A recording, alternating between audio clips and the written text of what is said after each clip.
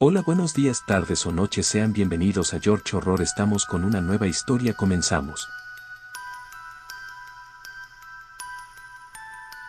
Siempre he sido un hombre solitario. Mis relaciones amorosas han sido algo inestables. Creo que el noviazgo más largo que he tenido no ha durado más de un mes. Hace un año conocí a una chica con la que suelo hablar en línea. Ella es de Oaxaca y yo de Chihuahua. Ella era un poco fría y poco atenta. Era de esas personas a las que tienes que estar buscando constantemente si en verdad te importa. Al principio yo siempre la buscaba, pero después de un tiempo me enfadé de tener que buscarla, por lo que nos dejamos de hablar como un mes. Se llamaba Marisol. Un día recibí una llamada de ella, cosa que era extraña, pues ella solo me mandaba mensajes, pero nunca me llamaba. Ella dijo que ya era tiempo de conocernos y me preguntó si era posible que tomara un avión para ese fin de semana pasarla con ella, pues pensaba llevarme a conocer un poblado interesante. No dudé y compré mi boleto de avión inmediatamente. Ella era tal como imaginé, e incluso mejor, porque en persona no era fría, ni poco atenta, sino todo lo contrario. Conocí su casa y a muchas personas. A diferencia de mi hogar, las personas de esa zona son muy atentas y solidarias. En cambio, en el lugar donde vivo, son un poco apáticas. En Oaxaca la gente siempre está ofreciendo algo. Yo me hubiera quedado con mucho gusto en su comunidad, pero mi amiga tenía otros planes para nosotros. Ella había rentado una cabaña en un lugar adentrado en el bosque.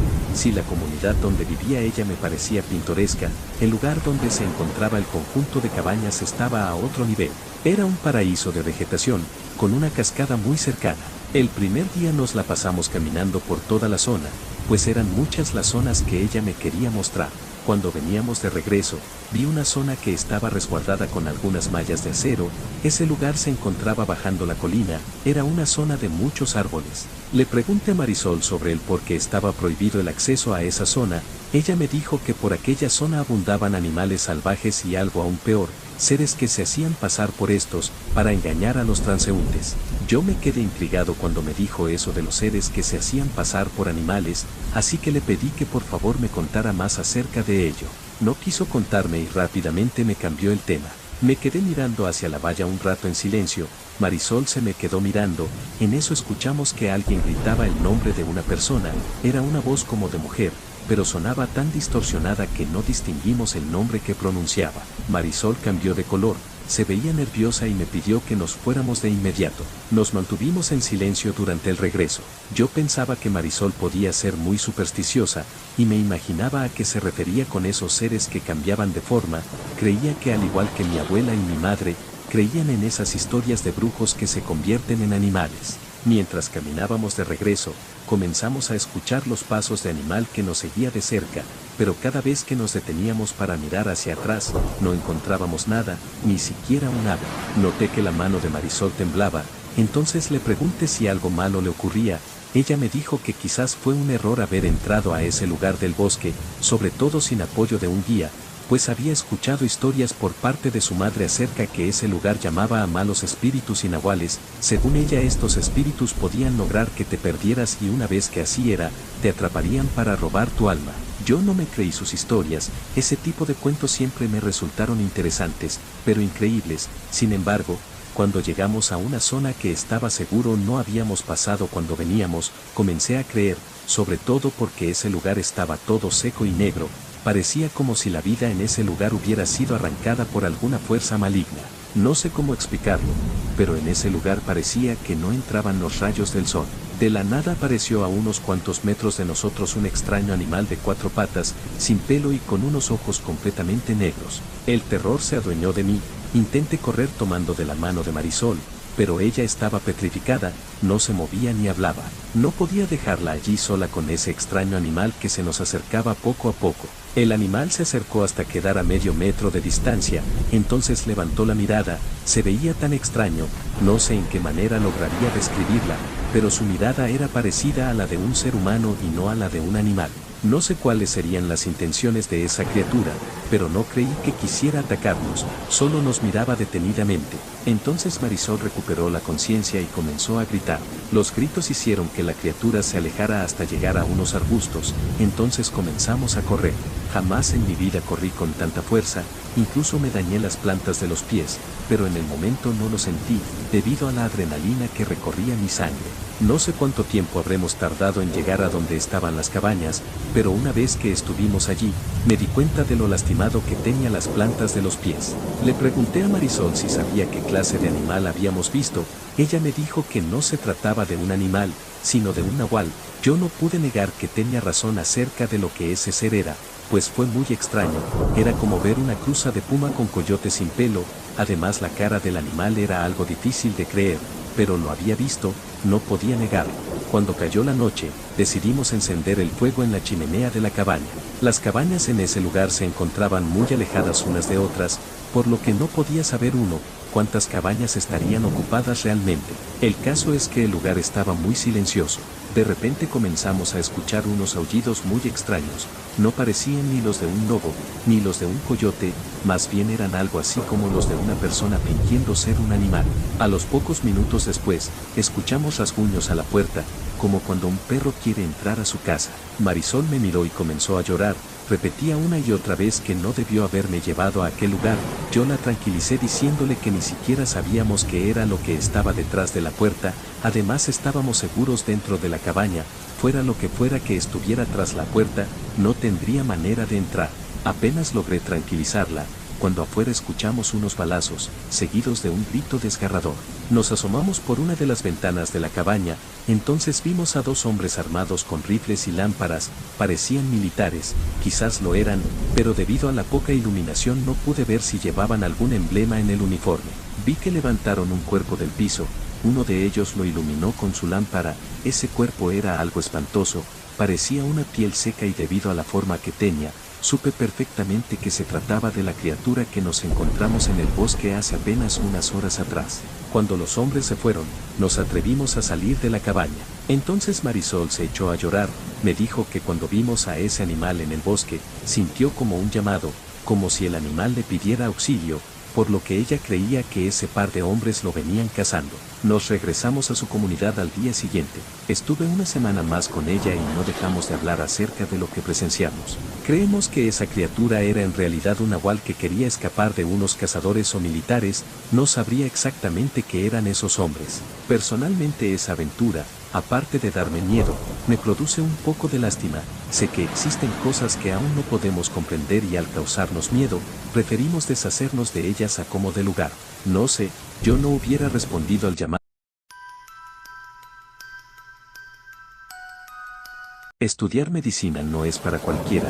Los horarios, la disciplina, la condición humana, entre muchas otras cosas, como decía mi abuela, hay que tener estómago para ser médico y esto es algo que me hace recordar en particular a un profesor de la facultad. En su materia fue donde más realizamos prácticas en la morgue del hospital de la universidad. Sin duda en esos espacios fue donde presencié algunos de los momentos más impactantes cuando estaba estudiando. Vi a varios compañeros retirarse o cambiarse de carrera después de estas clases y es que en muchas ocasiones solo pensamos en si nos daría impresión ver sangre, pero el problema es la impresión que puede llegar a causar ver tejidos y órganos humanos, sin mencionar los fluidos corporales. Una vez durante una clase este profesor nos puso un ejercicio en la morgue. El espacio estaba adecuado para que pudiésemos ingresar en grupos pequeños. La idea era que para perder el asco o la impresión, debíamos realizar un procedimiento sencillo a uno de los cuerpos que habían sido donados para investigación. La dificultad estaba en que mientras realizábamos el procedimiento debíamos hacer pequeñas pausas para comer allí mismo comer. Recuerdo perfectamente que el menú era arroz y frijoles. Fue un gran reto. Yo nunca me he considerado una persona particularmente asquienta, pero este ejercicio me pareció todo un desafío. Me acuerdo que éramos 5 estudiantes realizando el procedimiento mientras el profesor nos supervisaba. Di el primer bocado a mi comida y aunque me causó impresión respiré profundo y continué. Entonces en un momento observé a uno de mis compañeros, noté que se había puesto pálido, se llevó una cucharada a la boca, intentó tragar con dificultad y en ese momento vi en su rostro que estaba a punto de devolver lo que acababa de tragar. Se levantó de un salto, agarró el bote de basura que estaba en la entrada y vomitó. Tuvo que salir de la habitación mientras los demás continuamos con el procedimiento, y al menos en mi grupo todos concluimos con la tarea. Luego supe que hubo otros estudiantes a los que les pasó lo mismo. Esa no fue la única ocasión en la que realizamos prácticas en la morgue, aunque debo admitir que es muy práctico y necesario que los estudiantes de medicina podamos acceder a realizar procedimientos de práctica allí. Nunca me gustó mucho el lugar, me parecía lúgubre y en ocasiones podía percibir energías extrañas. Algunas veces llegué a sentir tristeza e incluso una vez presencié algo inexplicable. Estaba con el mismo profesor, realizando un ejercicio de práctica con 2 compañeras y 3 compañeros. En un momento golpearon a la puerta, no recuerdo quién era, pero el profesor tuvo que salir por unos minutos. Nos pidió continuar con el ejercicio, ya era una clase avanzada, así que continuamos cuando de la nada una de las puertas de los refrigeradores mortuorios se abrió. Todos nos miramos en silencio y tras unos segundos nos reímos. Me acerqué a cerrar la puerta y me aseguré de que quedara bien ajustada, pero cuando había regresado a mi lugar, la puerta volvió a abrirse. Entonces ya no me pareció tan divertido. Una de mis compañeras fue a cerrarla de nuevo mientras hacía una broma de que yo no lo había cerrado con fuerza. Continuamos con lo que estábamos haciendo cuando de repente la puerta se abrió de nuevo. Nos quedamos un momento en silencio. Nuevamente un compañero fue a cerrarla. Esta vez todos estábamos callados y sin hacer bromas, pero no había terminado de asegurar la puerta cuando ésta se abrió de repente. En ese momento pensé que alguien estaba intentando jugarnos una broma, pero todos estaban serios. Una de mis compañeras dijo que mejor dejáramos la puerta así y termináramos pronto. No habían pasado más de unos minutos cuando la puerta se empezó a mover de nuevo. Esta vez se cerró y se abrió de golpe. Nadie se atrevía a decir nada ni a acercarse. Podía sentir como el miedo empezaba a apoderarse de nosotros. Entonces en ese momento entró el profesor e inmediatamente notó que algo no estaba bien. Intentando disimular le dijimos que una de las puertas de los refrigeradores parecía estar averiada. Entonces él se acercó a la puerta que había quedado abierta. Por un momento pensé que iba a hablarnos acerca de no tener supersticiones si queríamos dedicarnos a la medicina, pero entonces noté que algo cambió en su expresión. Mientras observaba el contenedor, no sé exactamente qué fue lo que vio, pero nos dijo que por hoy íbamos a tener que terminar con la práctica, pues lo habían llamado para decirle que debían realizar un mantenimiento en la sala. Acabábamos de salir de la morgue cuando una de mis compañeras me dijo que no encontraba su celular. Éramos amigos, así que me pidió acompañarla a buscarlo en la morgue, pues después de lo que había pasado no quería regresar solo allí, así que tuvimos que regresar. En la entrada estaba aún el profesor. Le dijimos que ella había dejado su teléfono adentro. Notamos que se molestó un poco, pero nos dejó pasar y nos pidió no tardarnos ya que el personal de mantenimiento estaba a punto de llegar. Entramos y empezamos a buscar. No lo veíamos por ninguna parte. Entonces me percaté de que la puerta del refrigerador seguía abierta. Me acerqué para ver el interior del contenedor. Allí estaba el celular.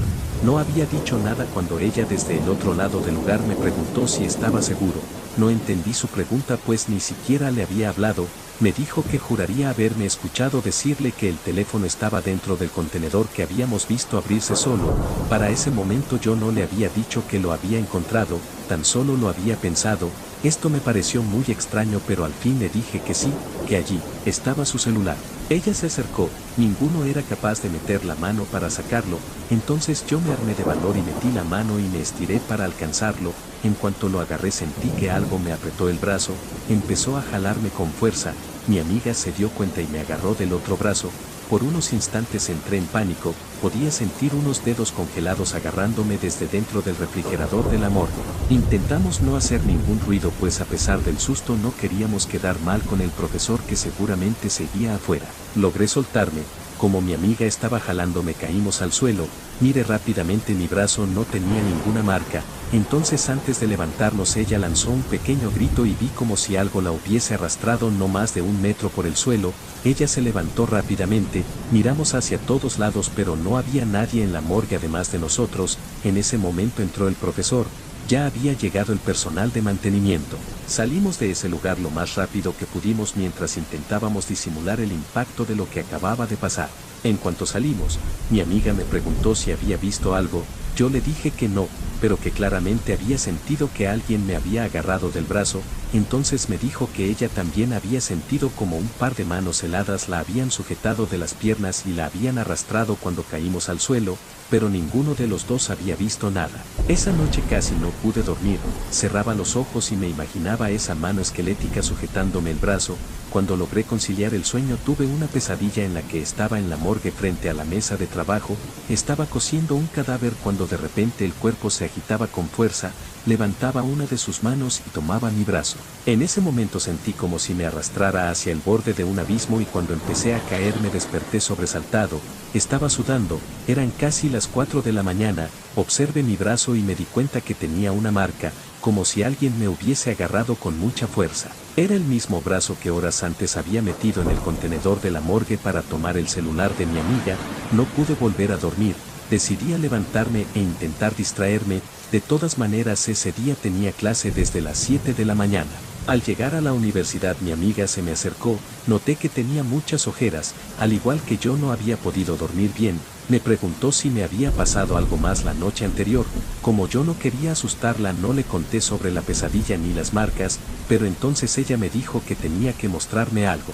En su tobillo derecho tenía unas marcas muy parecidas a las que yo tenía en el brazo, me dijo que había soñado que estaba en la morgue y de repente alguien la había agarrado del tobillo, entonces había sentido como si la lanzaran a un abismo y en ese momento se despertó y notó las marcas. Le pregunté si sabía a qué hora se había despertado de ese sueño y me dijo que creía que eran las 4 de la mañana, intenté tranquilizarla, diciéndole que lo que nos había pasado el día anterior podía habernos sugestionado. Fue en ese momento cuando ella me pidió que le mostrara mi brazo y al darse cuenta que yo también tenía las marcas pude ver el miedo en sus ojos. Le pedí que intentáramos olvidar el incidente, pensé que con el tiempo hasta nos resultaría una anécdota interesante para contar después de graduarnos. Intentamos continuar con nuestras vidas, pero las pesadillas continuaban, siempre soñaba que estaba en la morgue y luego alguien o algo me empujaban hacia un abismo, despertaba muerto de miedo y con marcas en las piernas o en los brazos, aunque no le hablé a mi amiga por un par de semanas. Un día durante la madrugada luego de despertar de uno de estos sueños tomé mi celular y vi que estaba en línea, decidí escribirle pensando que ella tampoco podía dormir. Le confesé que continuaba teniendo pesadillas y por lo que me dijo pude comprobar que a ella le pasaba lo mismo, pero con la diferencia de que cuando se despertaba asustada intentaba rezar y solo así lograba quedarse dormida de nuevo. Intenté seguir su ejemplo y hacer lo mismo, incluso compré un amuleto que puse junto a mi cama y con el tiempo las pesadillas se volvieron cada vez menos recurrentes. Esta historia que voy a contar no solo me pasó a mí, también la vivieron dos amigas, y para mí ha sido una lección de vida de parte de todos. Aunque ya corrió el tiempo, recuerdo casi todo como si fuera ayer, y el hecho de hacerlo, aún me pone la piel chinite, pero también recuerdo con mucho cariño a mis amigas. Me llamo Arturo, nací cerca de Santiago, Nuevo León, en una ranchería con muy pocos habitantes, pero ahora vivo en Monterrey en el Cerro de las Antenas. En la actualidad tengo 80 años. Cuando tenía 9, todavía no tenía hermanos, ya que mi mamá era madre soltera y vivíamos muy pobres, pero la verdad en ese tiempo yo no me daba cuenta de eso y era muy feliz en la casa de madera donde habitábamos. Tenía dos amiguitas más grandes que yo, Blanca de 10 años y Tere de 13, también de escasos recursos. Recuerdo que por las noches como a eso de las 9, corríamos todavía afuera de nuestras casas, los caminos eran de tierra y no teníamos luz. En medio de la oscuridad perseguíamos a las luciérnagas y mirábamos pasar a los murciélagos, andábamos con cuidado pero sin miedo alguno, ya que en ese tiempo y en ese lugar no existía la maldad o nosotros no la veíamos. Una tarde ya casi oscureciendo mi madre llegó apresurada a la casa porque según ella la había mordido un murciélago de los muchos que abundan por ese lugar. Aunque no se quejaba me daba cuenta que le dolía, pero solo se lavó con un poco de agua y dijo que no pasaba nada, aunque noté que estaba asustada. En ese tiempo se hablaba de un murciélago muy grande que asolaba la región y que no pertenecía a esos lugares, pero nosotros éramos muy chicos y no le dábamos importancia. Como a los 2 días, mi madre ya se veía mal y visiblemente cansada. Cuando miré la herida estaba infectada, ahora lo sé, eran 2 puntos separados lo suficiente para saber que lo que la mordió era un animal muy grande. Una tarde ya no se quiso levantar de su cama y me pidió que le hablara a una vecina, doña Elida, que era mamá de una de mis amigas. Serían como las 6 o 7, ya casi llegaba la noche. Cuando la señora miró la herida se preocupó, ya que esta cada vez se ponía más fea. Además mi mamá le platicó lo que le había pasado. Doña Elida le dijo que se tenía que atender porque los murciélagos propagan enfermedades. Pero el dispensario médico estaba muy lejos, allá en el pueblo de Santiago. Además la gente de las rancherías está acostumbrada a curarse con remedios caseros o visitar a la curandera. Serían como a las 10 de la noche, cuando doña Elida preocupada me dijo que tenía que ir con la curandera. como yo no sabía dónde vivía. Le dijo a mis dos amigas que me acompañaran, solo teníamos que seguir una angosta vereda en medio del monte. Esa noche en especial estaba más oscura que de costumbre. La mamá de mi amiga nos dio un pequeño quinqué de esos que se le ponen petróleo y se prende una mecha. También nos dio la bendición mientras le decía a Tere que nos cuidara de quien ella ya sabía, y así caminamos agarrados de la mano, perdiéndonos entre la oscuridad. Mi amiga Tere, la más grandecita, nos iba cuidando y era ella la que sabía dónde estaba la casa de aquella curandera. Para que no tuviéramos miedo nos iba platicando algunas cosas, porque se escuchaban ruidos. De pronto se detuvo, y en voz baja nos dijo que no nos moviéramos, que sentía que alguien nos espiaba. Recuerdo que en medio de la noche no se miraba nada, pero el ambiente se sentía muy raro. Creo que lo que sentía era miedo. Otros hubieran regresado, pero mis amigas sabían que mi mamá necesitaba un remedio. Cuando empezamos a caminar de nuevo, se escuchó un chillido muy fuerte, era como de un murciélago. Los habíamos escuchado muchas veces, pero solo que este era más duradero y mucho más fuerte. Avanzamos más deprisa en medio de la oscuridad y de los matorrales. Yo me esforzaba para poder mirar más claro, pero era imposible. A veces tropezábamos con algunas piedras, pero estábamos acostumbrados. De pronto una gran sombra pasó volando frente a nosotros. La sentimos y la miramos a pesar de la oscuridad. En ese momento no supe qué era, ahora sé que era un murciélago gigante. Era horrible. Parecía un demonio parado en medio del camino, abría las alas enormes, como tratando de impedir que pasáramos. Mi amiga Tere agarró un palo para defendernos, los chillidos se escuchaban muy fuerte y empezó a volar alrededor de nosotros. El ruido del aleteo me daba mucho miedo, pero no nos detuvimos, teníamos que llegar con la curandera para que le ayudara a mi mamá. A veces se estremecían los árboles, como si algo muy pesado se posara sobre de ellos. Mi amiga Blanca me abrazaba y me pedía que no volteara para arriba. Como ya era muy noche, se empezó a sentir el frío y seguimos caminando por aquella vereda, que al recordarla todavía me produce escalofríos, hasta el día de hoy. Después de un rato de caminar deprisa, alcanzamos a ver una casa al final de la vereda de tierra. Estaba rodeada de árboles casi secos, a oscuras, solo se veía una leve luz que daban unas veladoras. Cuando llegamos a la casa habían murciélagos parados por todas partes, además de los que se escuchaban que andaban volando a nuestro alrededor. Cuando tocamos la puerta, salió una señora que a mí me pareció muy fea, y sorprendida nos preguntó qué hacíamos a esas horas en ese lugar, que cómo era posible que hubiéramos podido llegar en medio de la noche, si andaba suelto el monstruo que vuela. Entre Blanca y Tere le platicaron el motivo por el que estábamos ahí y por lo que habíamos pasado. La señora preparó algo para mi mamá y dijo que los murciélagos de la región no eran peligrosos, que tal vez alguien quería hacerle un daño a mi mamá, o que si la había mordido el murciélago gigante estaba en peligro y debíamos apurarnos a llevarle el remedio que nos prepararía. En la casa de esa señora no había nadie más que nosotros, pero con la luz de las veladoras de repente me parecía ver sombras que se paseaban de un lado a otro. Cuando salimos de esa casa, a un lado del camino y en medio de la oscuridad estaba alguien parado. Parecía que nos estaba esperando, con ojos brillantes que de repente alzó en vuelo.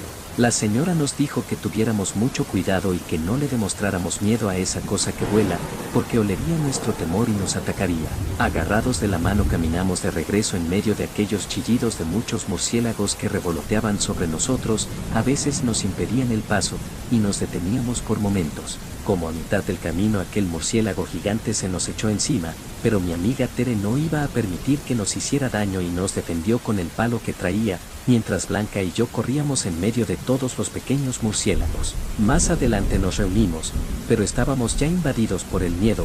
Tere venía un tanto lastimada, pero estaba bien y continuamos el camino. La verdad no sé qué horas serían, pero ya veníamos cansados. Aunque yo era el hombre, mis amigas me cuidaban. Lo que restaba del camino lo hicimos espantando y peleando con los murciélagos que nunca nos dejaron en paz, hasta que llegamos a mi casa.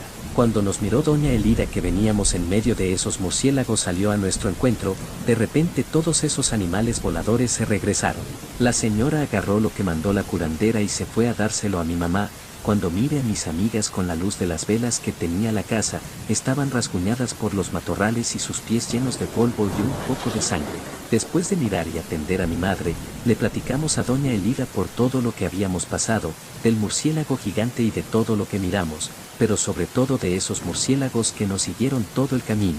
Nos dijo que los murciélagos no nos venían molestando sino cuidando, que de seguro la curandera, que en realidad era una bruja blanca, los había mandado a protegernos todo el camino del otro murciélago, que ese sí era malo y el cual jamás volvimos a ver. Mi madre, la señora Elida, aquella curandera, mi amiga Blanca y mi querida amiga Tere ya fallecieron. Yo vivo recordando todo. Créditos a la página Relatos de Terror, el link estará en la descripción. Muchas gracias por dejarnos usar sus historias.